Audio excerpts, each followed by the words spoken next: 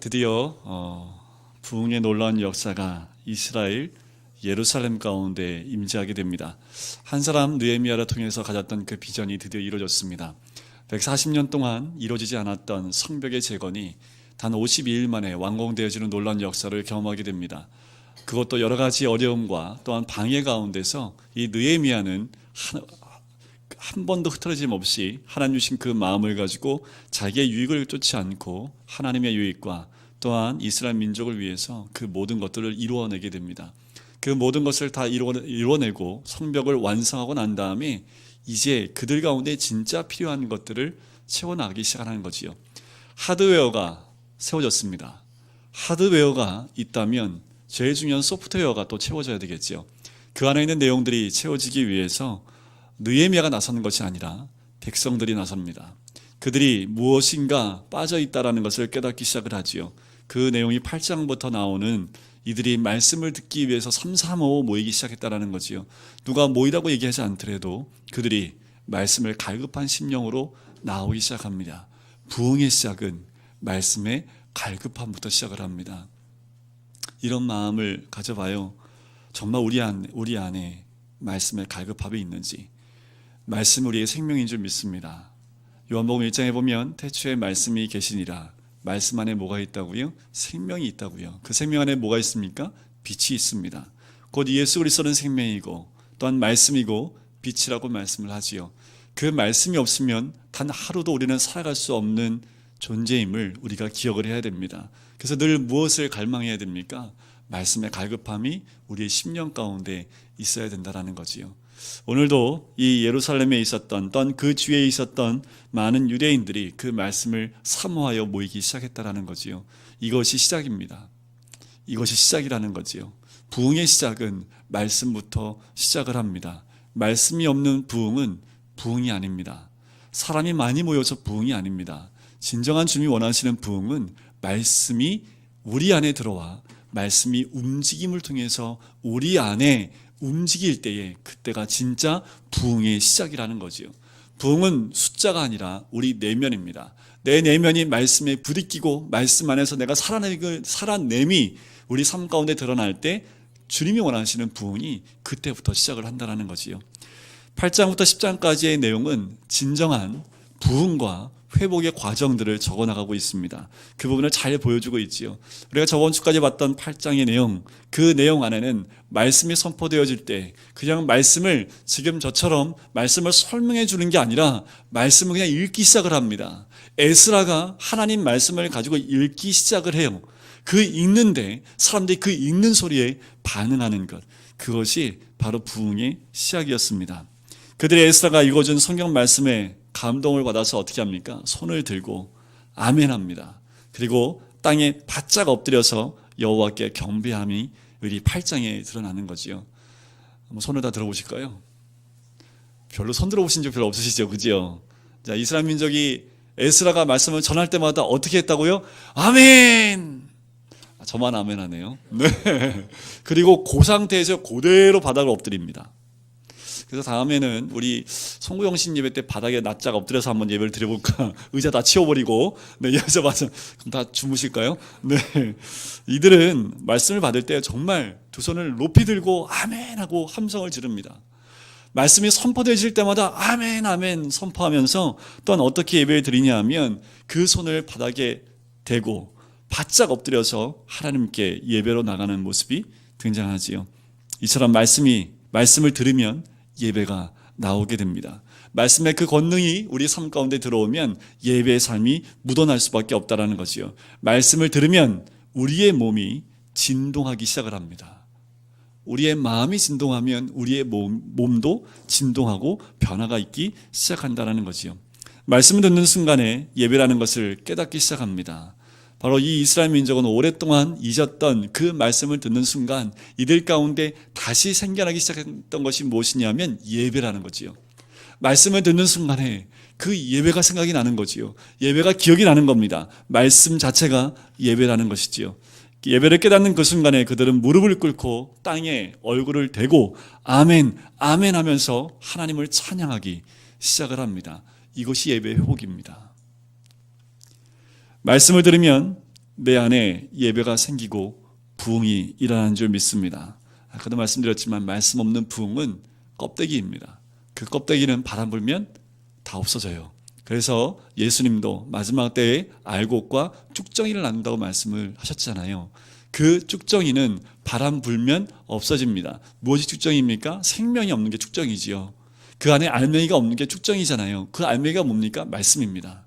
그 말씀에 씨가 떨어져 알곡이 되지 않으면 그건 껍데기일 수밖에 없어요. 바람이 불면 다 사라져 버립니다. 옆에 있는 분을 한번 훅 물어보세요. 날아가신 분이 한 분도 안 계시니까 다 알고 있는지 제가 믿겠습니다. 네, 그 부흥은 바로 말씀으로부터 시작한다라는 거지요. 바로 부흥은 말씀을 듣고 예배를 깨닫고 회개하는 것으로부터 시작을 합니다. 그래서 그들이 어떻게 합니까? 8장 말씀해 보니까 울기 시작을 합니다. 그들의 울음은 흐느낌부터 시작해요.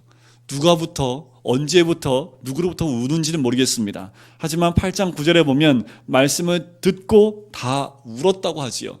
동시에 울었는지 아니면 한 사람이 울음을 터뜨려서 그 울음이 전달되어졌는지는 모르겠습니다. 그런데 중요한 것은 다 울었다라는 겁니다.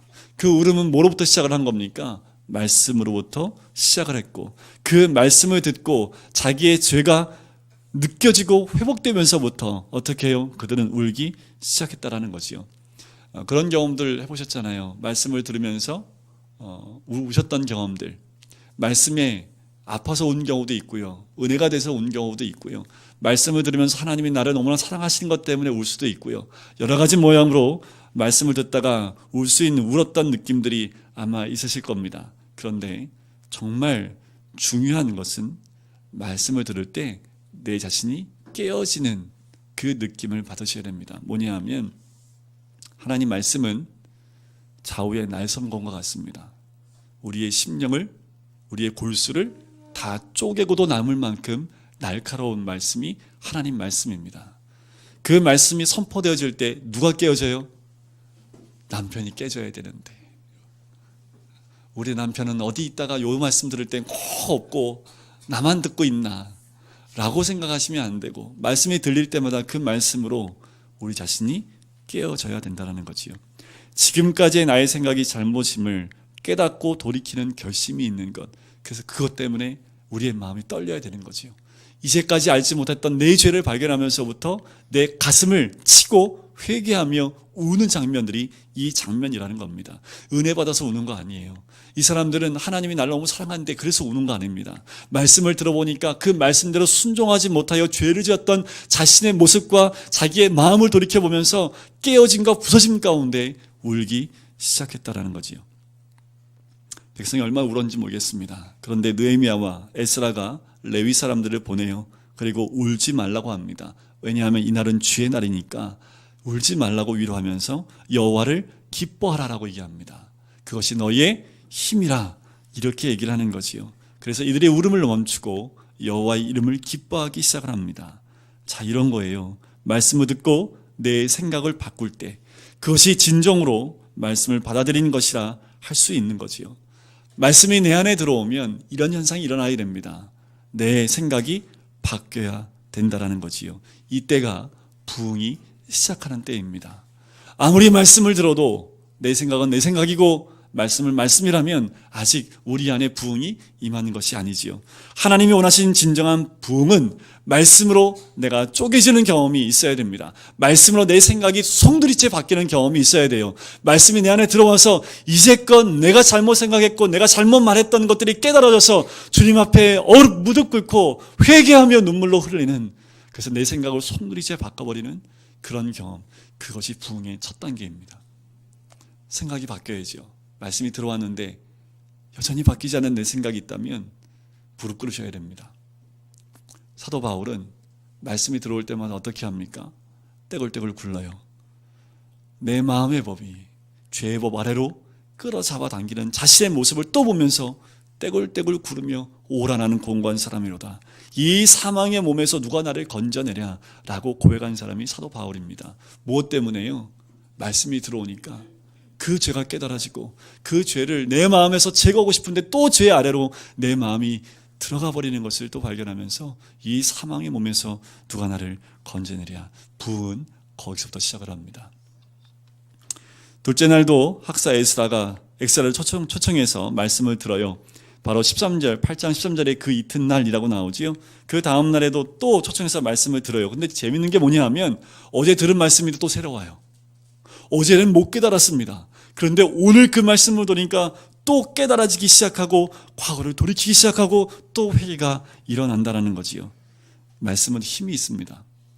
오늘 읽었으니까 내일 안 읽어도 돼요? 아니요.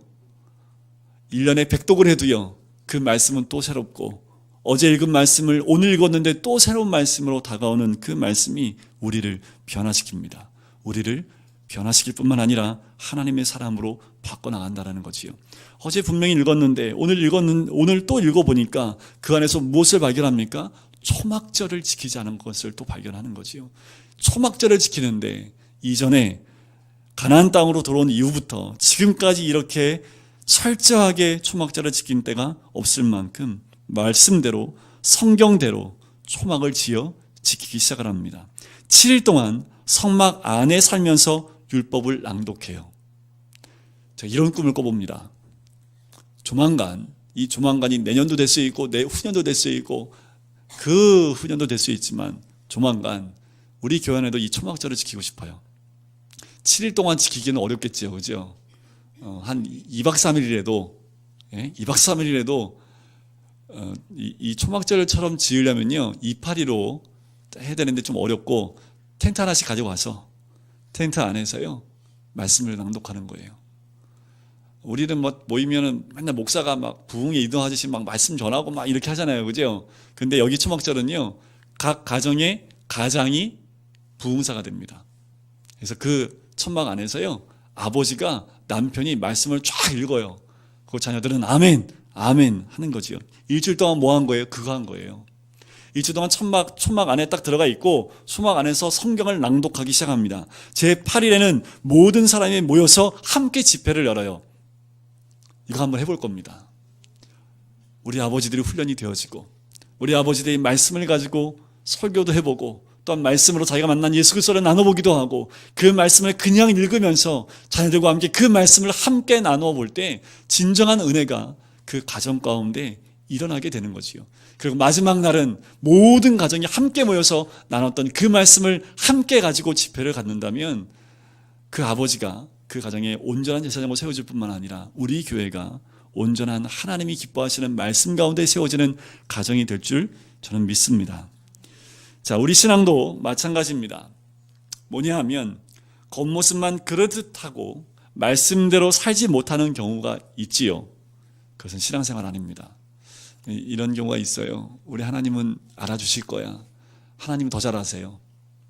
말씀대로 안 살면 가짜라는 걸 더 잘 아신다라는 거지요. 여러분들 어떠십니까? 네, 월요일부터 어떻게 지금까지 말씀대로 말씀에 따라서 잘 이 시간까지 살아오셨습니까? 아니면 주일날 무슨 말씀이었지요? 그렇다면 이번 한 주간 동안은 하나님 앞에 설 수 없는 한 주가 될 수밖에 없다는 거지요. 우리나라 곳곳에 많은 그리스도인들이 있습니다. 옛날에는 1000만이라고 얘기했는데요. 솔직히 말하면 1000만 안 됩니다. 제 이름도 한 대여섯 개 교회 이름이 올라가 있거든요. 그 숫자를 다 합친 게 1000만이니까 허수를 빼면 600만인데요. 거기서 2단 빼면요. 2단도 다 기독교로 들어가요. 2단 빼면 실제로 한 300만 될까? 300만 안 될 수도 있습니다. 그런데 그 적은 숫자가 사회 곳곳에 다 들어가 있어요. 너무나 안타까운 것은 많은 그리스도인들이 들어가 있는데 사회가 안 바뀌어요. 오늘이 어떤 날이었냐면 우리나라의 가장 치욕적인 날이기도 하지요. 대통령이 탄핵을 받았습니다. 안타까운 일입니다. 국회에 정치권 안에 기독교인들이 한두 명이 아닙니다. 그 사람들이 제대로 그리스도인의 삶을 살았다면 국회뿐만 아니라 정치가 바뀌어야지요. 근데 바뀐 것이 하나도 없어요. 바뀌지가 않아요. 그러면 그분들은 무엇을 한 겁니까? 또한 그분들을 길러낸 목사들은 무엇을 한 걸까요? 말씀을 따라 말씀대로 산 것이 아니라 그들은 어떻게 해요? 말씀을 선택하지 않고 세상을 선택하여 무늬만 그리스도인의 모습으로 살아갈 수밖에 없다는 거지요. 멀리 볼 거 없습니다. 저는 우리 자녀들이 금요기도회 또한 모든 기도회 예배에 나오는 우리 아이들이 이 아이들을 정치에 보내면, 이 아이들을 국회로 보내면 국회가 바뀔까요? 제가 철저하게 우리 아이들을 교육을 해서라도 국회로 보내서 국회가 바뀔 수 있다면 애들 교육시켜야지요. 그죠? 부모님들이 꿈을 꾸신다면 네, 우리 아이들을 제가 스파르타식으로 아주 그냥 말씀을 톨톨 아주 그냥 다 외우게 해서 정말 그리스도인이 정치를 하면 어떻게 바뀌는지를 좀 보여주면 어떨까라는 생각이 들어요. 그만큼 말씀대로 살아가는 그리스도인들이 우리 사회에 많지 않다라는 거지요. 남볼 필요도 없어요. 목사들도 똑같다라는 거지요. 목사들도 말씀대로 살아가는 목사들이 흔치 않은 세상이 되지 않았나라는 생각을 해보게 됩니다. 부흥은 말씀을 듣는 것이며 개혁은 형식과 전통을 돌이키는 것, 그것이 개혁입니다. 마르틴 루터가 종교개혁을 일으킬 때 했던 것이 무엇이냐면 성경으로 다시 돌아가자라고 얘기한 거거든요. 우리의 삶의 개혁은 어디로 돌아가면 돼요? 성경으로 돌아가면 됩니다. 다른 거 할 필요 없어요. 부흥회 쫓아다닐 필요도 없고요. 기도원 쫓아다닐 필요도 없습니다. 우리 삶의 개혁은 성경으로 돌아가면 돼요. 왜냐하면 잘못된 예배와 전통은 성경보다 형식적인 전통을 더 우위에 두고 있기 때문에 말씀을 무시하고 말씀이 내려와 있는 그런 상황이라면 개혁이 일어나야 되지요. 우리 삶은 어떠십니까? 말씀이 우위에 와 계십니까? 말씀을 따라 말씀대로 날마다 새로워져가고 우리 삶이 변화되어지고 개혁되어지고 있습니까? 단 하루도 우리의 삶이 바뀌지 않았다면 그날은 개혁되지 않는 것이고 말씀대로 따라가지 않았다라는 거지요. 옛날에 안주하면 안 되고 과거를 돌이키며 새로운 삶으로 향하여 나가는 삶, 그것이 개혁하는 삶입니다. 날마다 자기를 성찰하고 자기 자신을 돌아보는 것, 그것이 부흥이고 개혁입니다. 오늘 이 이스라엘 백성들, 이 유대인들이 그 말씀 앞에서 이제 1절, 2절 말씀 가운데 회개로 나가는 모습을 보게 되지요. 우리 1절과 2절 말씀 한번 같이 보실까요? 그달 29날에 이스라엘 자손이 다 모여 금식하며 굵은 베옷을 입고 티끌을 무릅쓰며 모든 이방 사람들과 절교하고 서서 자기의 죄와 조상들의 허물을 자복하고.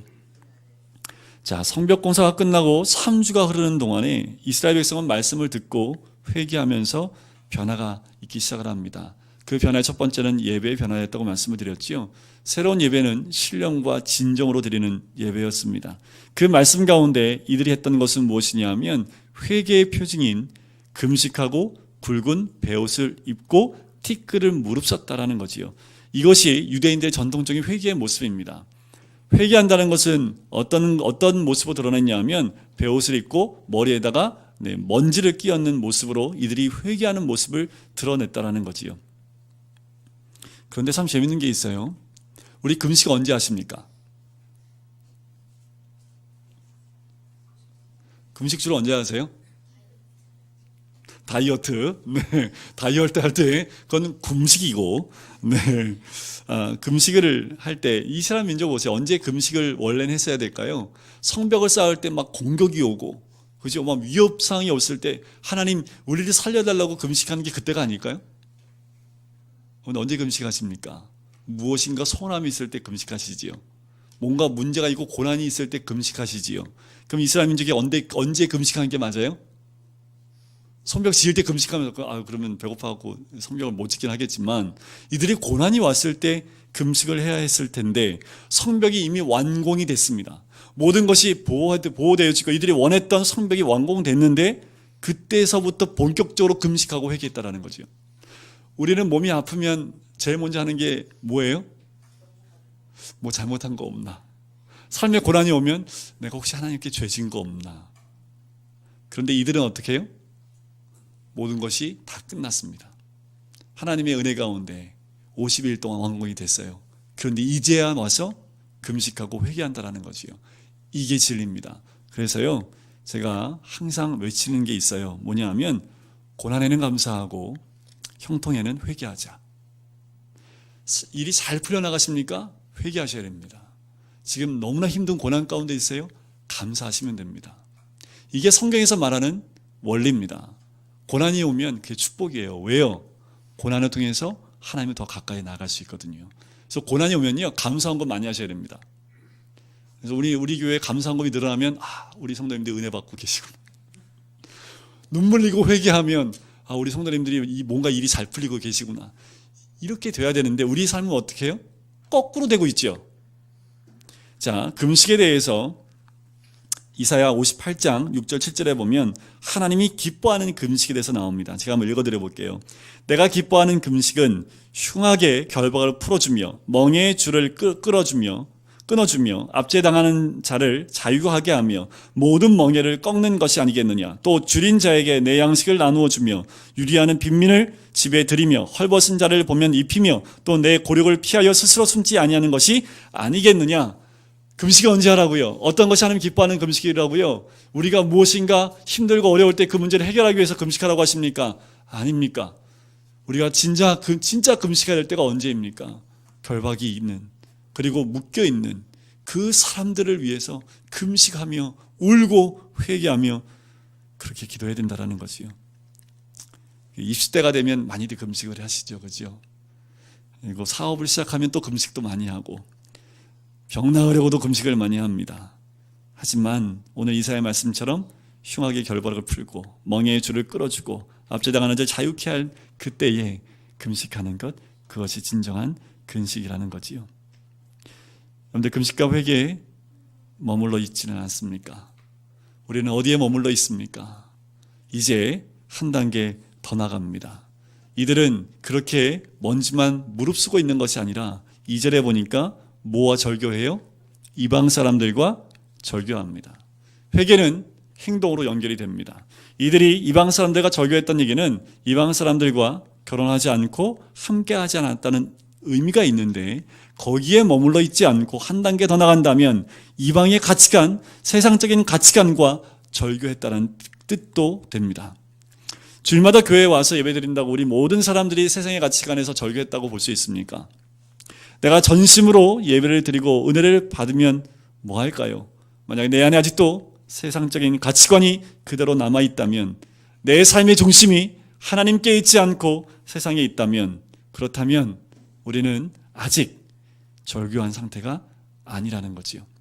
진정한 금식과 회개 가운데 있다면 우리는 세상의 가치관, 그리고 이방인의 가치관 가운데서 멀어져야 됩니다. 내 삶의 중심이 어디에 있습니까? 주께 없다면 아직 세상 중심 가운데 있는 거지요. 그런데 내 삶의 중심에 뭐가 있습니까? 어떻게 하면 되냐 하면 이런 거예요. 나를 움직이는 게 무엇인지 보시면 됩니다.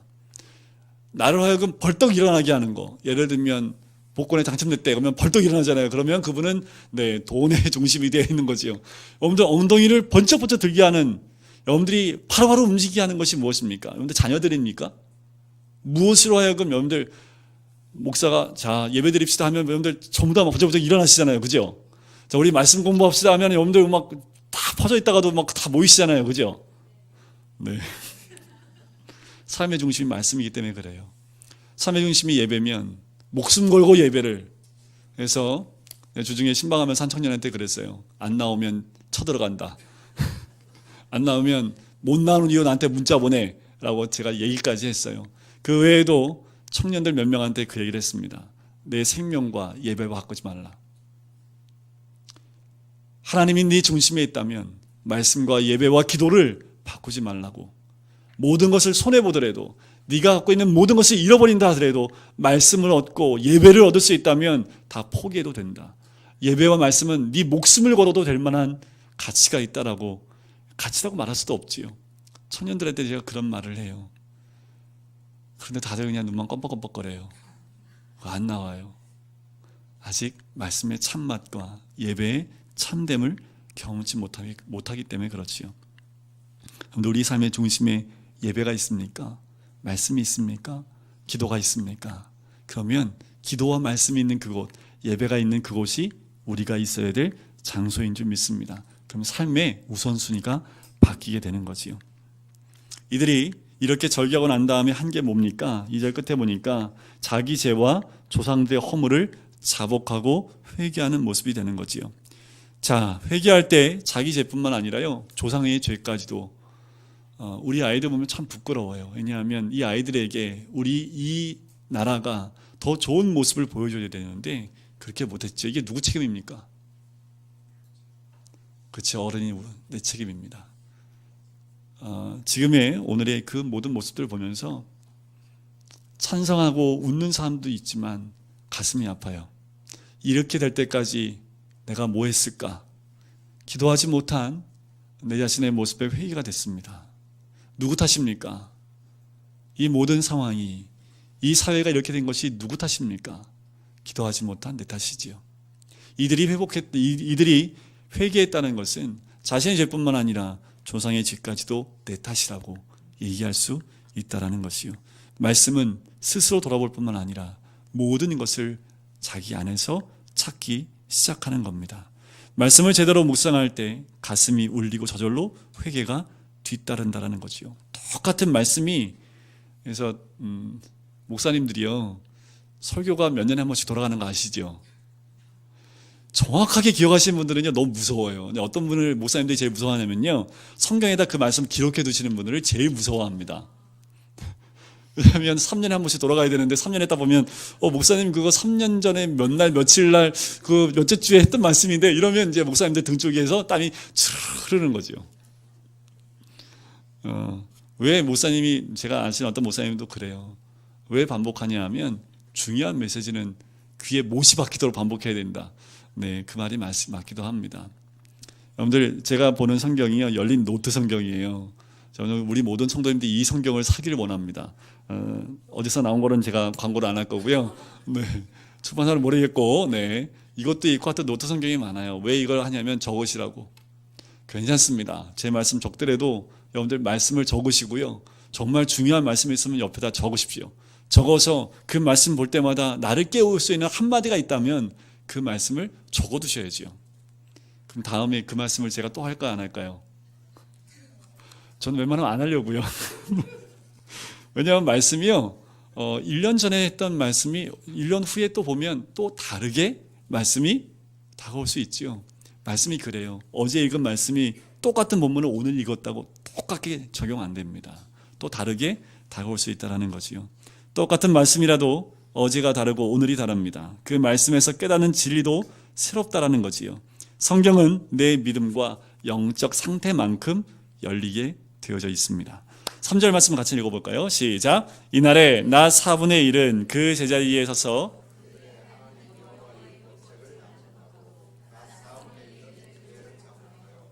하나님 여호와께 경배하는데, 자, 이들이 참 이렇게 해보고 싶어요. 저도 우리 수련회 가면 한번 해보고 싶은데, 나 4분의 1이면 몇 시간이? 3시간입니다 3시간 동안 어떻게 해요? 제자리에 앉아서요, 서서요? 서서 하나님 말씀을 어떻게 해요? 낭독하고.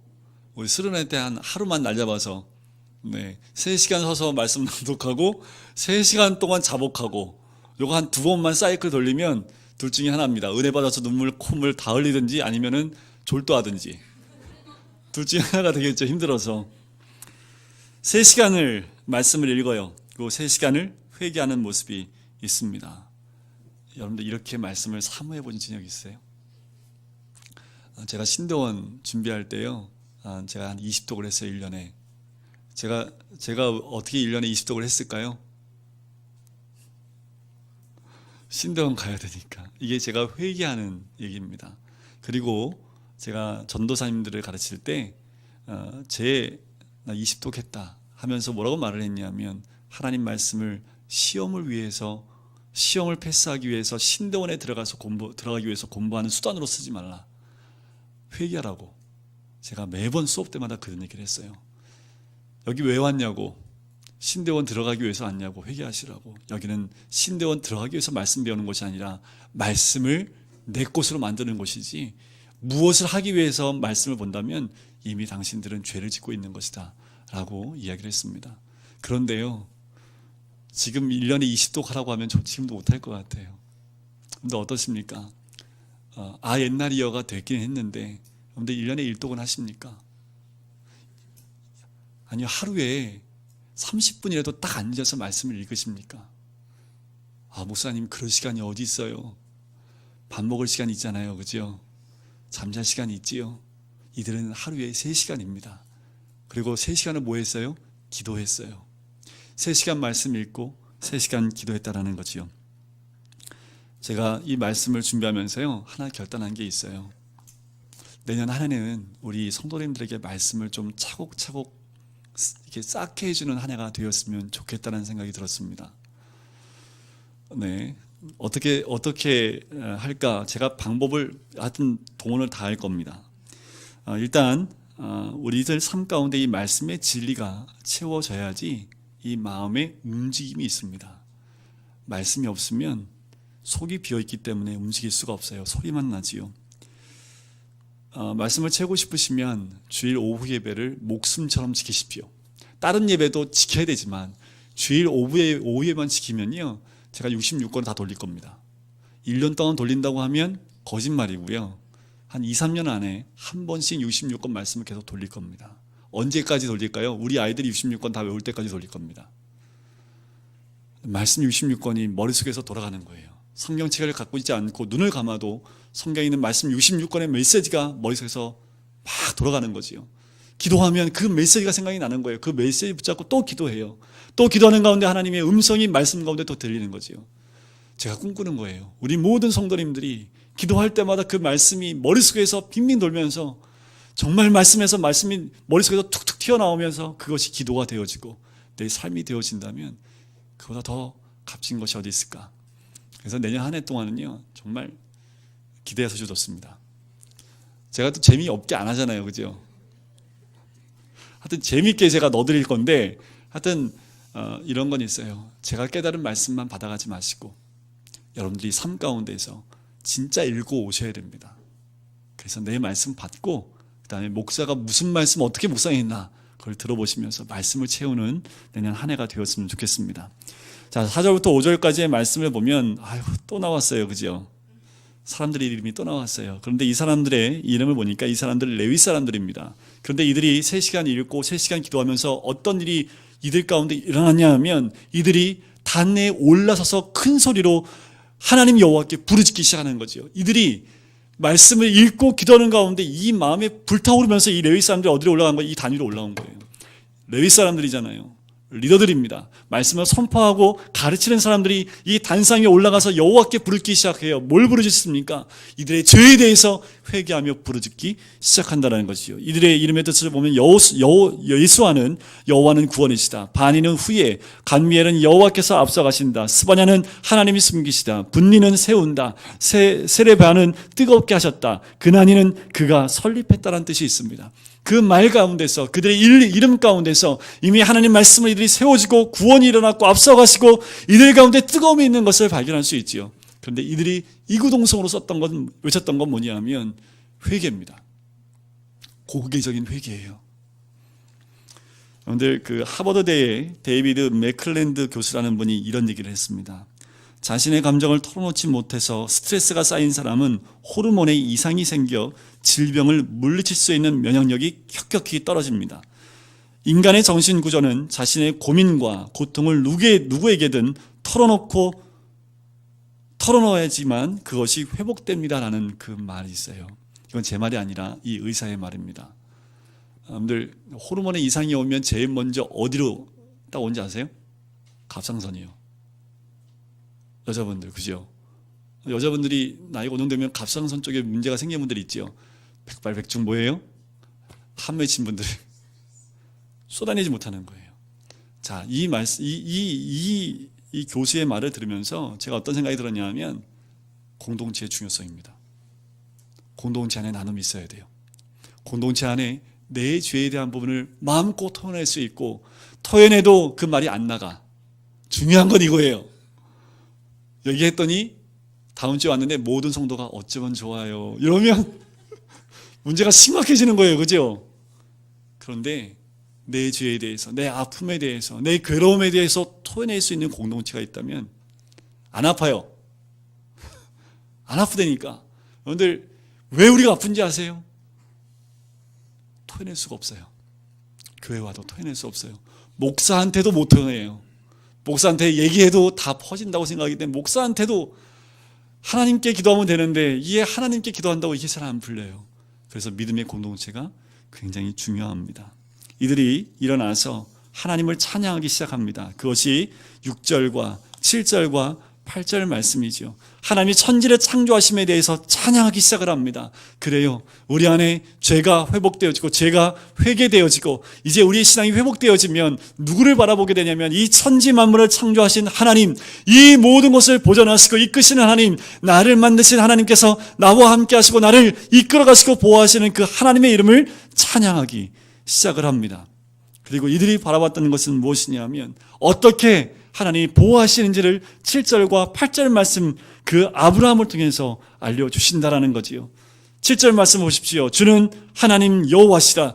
옛적에 아브라함을 택하시고라는 거지요. 아브라함이 예쁜 짓 해서 택하셨어요? 아니요. 아브라함이 뭐 잘했나요? 의로웠나요? 아니요. 어느 조건은 하나도 아브라함은 하나님 보시기에 선한 것이 없던 사람인데 하나님의 전적인 은혜 가운데 택하심을 받았다라는 거지요. 여러분들 여기 왜 앉아 있습니까? 여기 뭐하러 앉아 있습니까? 무엇 때문에 앉아 있어요? 하나님의 선택하심입니다. 그냥 목사님 그냥 어떻게 오늘 왔네요. 어떻게 온 게 아니에요. 오고 싶어도 여기 못 오시는 분들이 있잖아요. 여러분들 그런 때 오기 전에 모이기에 힘을 써야 된다는 거지요. 아브라함이 그렇게 연약했는데도 하나님은 뭐라고 얘기하냐면 8절에 그의 마음이 주 앞에서 뭐하다고요? 충성됨을 보시고, 이게 사역형 동사인데요. 이게 뭐냐 하면 하나님께서 충성되게 하셨다라는 거지요. 아브라함이 충성한 것이 아니라 하나님이 충성되게끔 했다라는 겁니다. 이 충성됨이라는 게 과연 무엇일까? 이런 거지요. 자, 예를 들면 우리 전도사님 계시잖아요. 전도사님이 저한테 충성을 다해요. 예를 들면 근데 제 말을 안 들어요. 그럼 충성 다하는 거예요? 안 하는 거예요? 그러면 나한테 충성을 다한다는 얘기는 내 말을 듣는다는 거예요? 안 듣는다는 거예요? 듣는다는 거지요. 우리가 하나님께 충성된다는 말은 하나님 말을 듣는다는 거예요? 안 듣는다는 거예요? 듣는다는 거지요. 아브라함 충성했다는 말은 뭐냐 하면 하나님 음성에 귀를 기울이고 하나님의 소리에 반응하기 시작했다는 겁니다. 우리 모두가 아브라함처럼 충성된, 하나님 보시기에 충성됨이 가득한 우리 성도님 되시기를 주의 이름으로 간절히 축원드립니다. 그래서 아브라함이 어떻게 해요? 그 다음에 400년 후에 이루어질 것을 믿고요. 8절 맨 끝에 보니까 하나님께서 그 말씀대로 이루셨사오매 주는 의로우심이로소이다. 아브라함은 400년 후에 일어날 이 일을 믿고 무엇을 했냐 하면 사라의 장지를 삽니다. 그래서 그곳이 믿음의 땅이 되게끔 사라의 장지를 그 가나안 땅에 사버려요. 그것은 무엇을 의미합니까? 하나님 말씀하신 대로 내가 그대로 따라가겠습니다 라는 말과 똑같다라는 거지요. 우리가 말씀을 들을 때에 중요한 것은 그 말씀에 따라 나가게 되면, 그 소리에 반응하면 우리 모두는 충성된 아브라함과 같은 모습이 되어진다는 거지요. 우리 삶 가운데 말씀의 온전한 회복이, 또 우리 삶 가운데 진정한 부흥이 있기를 주의 이름으로 간절히 축원드립니다. 오늘 이 밤은 주님께 기도하는 시간이지요. 제가 오늘 3시간 말씀을 준비했어요. 그리고 3시간 기도하려고 했는데 오늘 밤 다 가면 안 되니까 30분 준비했고 30분 기도하고 30분 개인 기도하려고 그렇게 준비를 했습니다. 우리가 찬양하면서 우리 기도로 나가는 시간을 가졌으면 좋겠습니다.